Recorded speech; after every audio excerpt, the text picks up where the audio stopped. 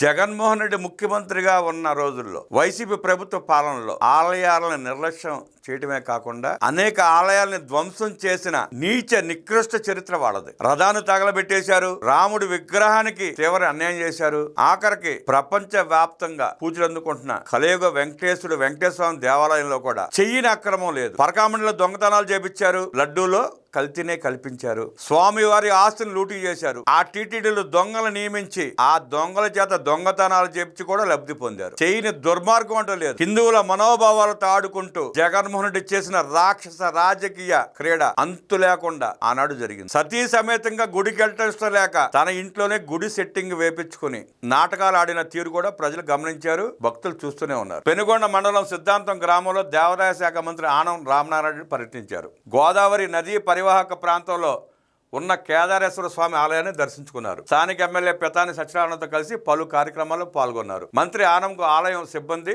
దేవాదాయ శాఖ అధికారులు స్వాగతం పలికారు. కేదారేశ్వర స్వామి ఆలయ విశిష్టత, చారిత్రక ప్రాముఖ్యతపై మంత్రి వివరాలు అడిగి తెలుసుకున్నారు. భక్తులకు మెరుగైన సౌకర్యాలపై దృష్టి సారించాలని సూచించారు. వచ్చే 2027 గోదావరి పుష్కరాల నిర్వహణ నేపథ్యంలో పుష్కర ఘాట్లను సందర్శించి పరిశీలించారు. పుష్కరాల ఏర్పాట్లు ఘనంగా చేపట్టాలని ముందస్తు ప్రణాళిక అవసరమని సూచించారు.